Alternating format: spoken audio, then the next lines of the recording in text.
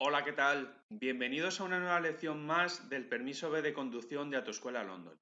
Vamos con la lección 67. Seguimos con velocidades. Hoy vamos a ver tiempos y distancias de seguridad respecto a la velocidad.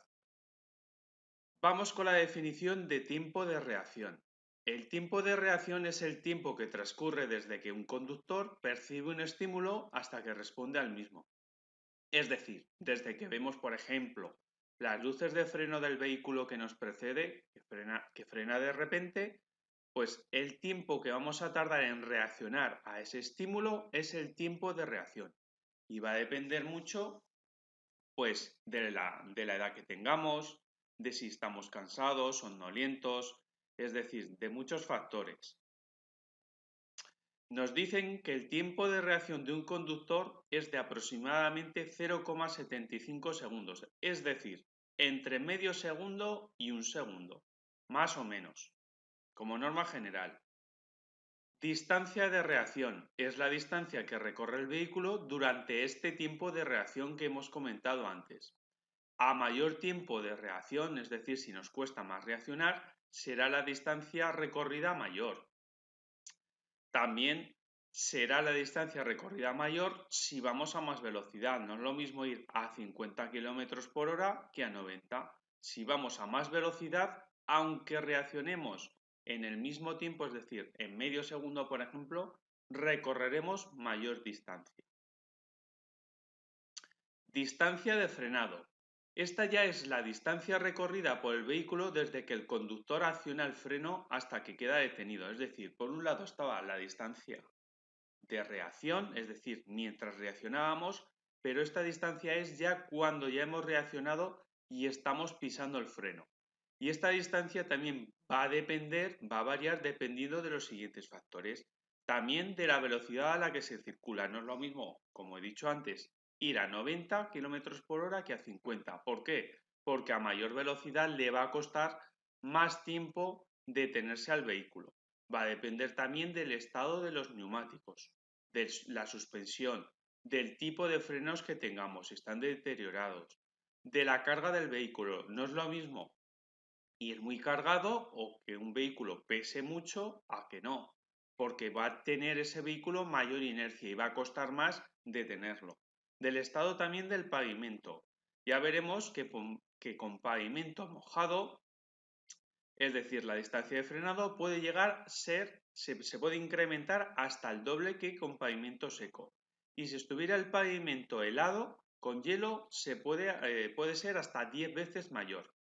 También va a ser, dependiendo de las condiciones meteorológicas de la vía, también puede que aumente. Por ejemplo, también con niebla, hay también algo de humedad en lo que es el pavimento y también va a costar detener el vehículo. Distancia de detención. Pues ya la distancia de detención es la suma de ambas distancias. Es decir, la distancia de detención o de parada técnica, también nos lo pueden decir así, es la distancia que recorre el vehículo desde que el conductor percibe el obstáculo, es decir, desde la distancia de reacción que nos va a costar hasta que el vehículo queda completamente detenido.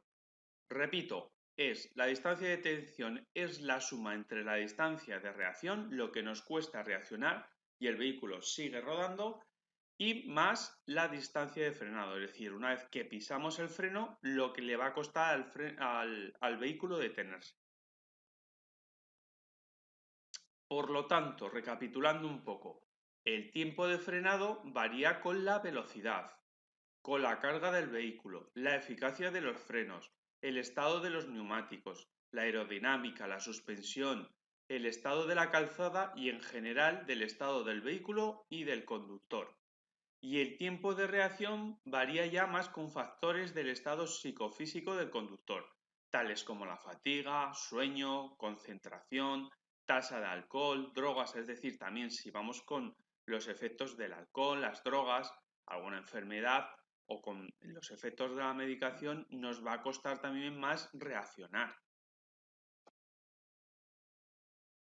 Distancia de seguridad entre vehículos.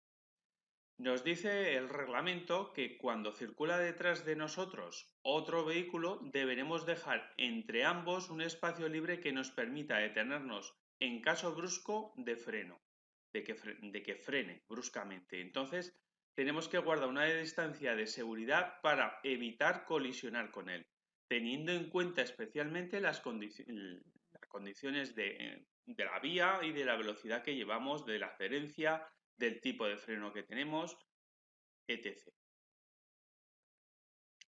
Además, en caso de que no pretendamos adelantar a este vehículo, es decir, al vehículo de precedente, la distancia de seguridad deberá permitir que a su vez el que nos siga nos adelante con seguridad. Es decir, recapitulando, debemos de guardar una distancia de seguridad con el vehículo de delante por si acaso frena de repente para no colisionar con él. Pero si además no pretendemos adelantarlo y hay otro vehículo que nos sigue y quiere adelantarnos, debemos de aumentar esta distancia de seguridad para permitir a este vehículo que nos pueda adelantar con seguridad. Esta norma no se aplica excepto si se tratan de ciclistas que circulan en grupo. ¿De acuerdo? Ahora vamos a ver también la distancia de seguridad para vehículos con masa máxima superior a 3.500 kilogramos y de vehículos y conjunto de vehículos de más de 10 metros de longitud, que deberán guardar un espacio mínimo, es decir, este espacio con el vehículo que les precede debe ser de 50 metros como mínimo. Esta obligación, es decir, la obligación de mantener esta distancia para permitir el adelantamiento, no se aplica en las siguientes situaciones. En poblado, pues como en poblado está todo muy saturado de vehículos, tampoco vamos a tener que dejar esa distancia de seguridad. Donde esté prohibido adelantar, es decir, si hay una línea continua, una señal que nos prohíbe adelantar, ¿para qué vamos a guardar esa distancia de seguridad? Donde exista más de un carril destinado a la circulación para un mismo sentido, es decir, aquí en esta vía que vemos es de dos carriles, pero de un sentido, este sentido y este otro, de doble sentido de circulación. Pero si tenemos un carril con más de un carril para nuestro sentido, no es necesario que guardemos esta distancia de seguridad supletoria. Y tampoco cuando la circulación se encuentre tan saturada que no permita el adelantamiento. Ahora vamos a ver las distancias de seguridad entre vehículos en los túneles. Sin intención de adelantar, hay que dejar una distancia de seguridad de 100 metros o un intervalo de 4 segundos. Esto es para vehículos, turismos, motocicletas, es decir, vehículos que no sean de masa máxima superior a 3.500 kilogramos. Para cualquier vehículo tiene que ser 100 metros o un intervalo de 4 segundos de seguridad. Y ya vehículos de masa máxima superior a 3.500 kilogramos deben dejar una distancia de seguridad de 150 metros o un intervalo de 6 segundos. Aquí ya no hay excepciones.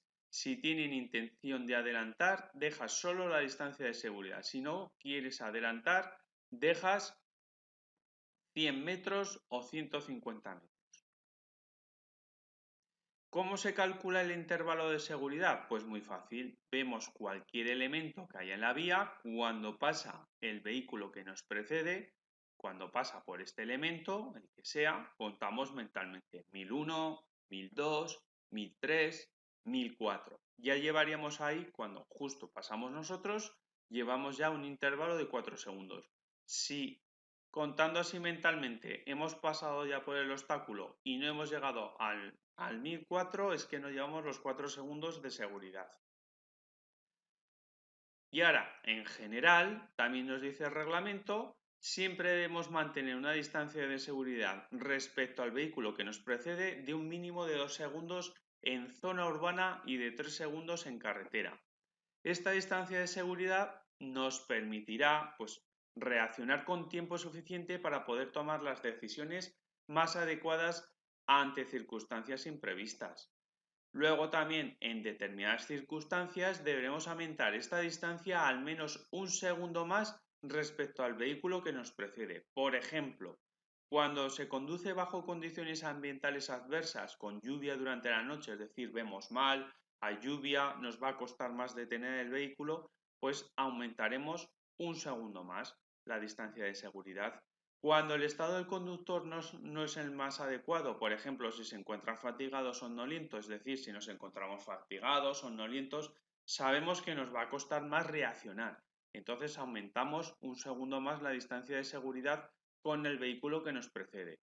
Y cuando otro vehículo que nos sigue demasiado cerca, es decir, detrás de nosotros hay otro vehículo muy pegado, pues entonces aumentamos, ya que él no está respetando la distancia de seguridad, aumentamos nosotros la distancia de seguridad con el vehículo que nos precede. ¿Para qué? Para si de repente frenara, nosotros poderlo hacerlo más suavemente y el que nos sigue detrás, que está muy pegado a nosotros, no colisione con nosotros.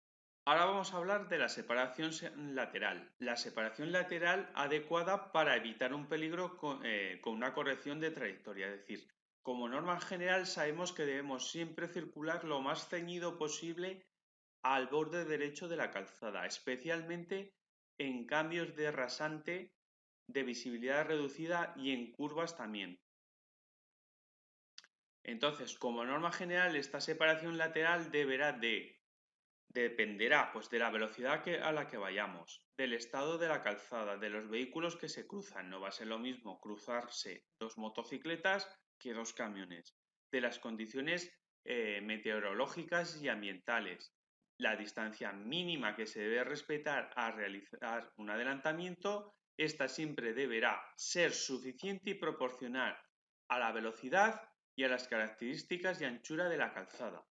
También nos dice, esto es especialmente importante, la distancia mínima será de 1,5 metros de separación cuando adelantemos a un vehículo de tracción animal, cualquier vehículo de dos ruedas, un peatón o un animal. Es decir, por vía interurbana, cuando adelantemos a cualquiera de estos usuarios que hemos mencionado, un vehículo de tracción animal, vehículos de dos ruedas de cualquier tipo o un peatón o un animal, debemos guardar una distancia lateral mínima de 1,5 metros.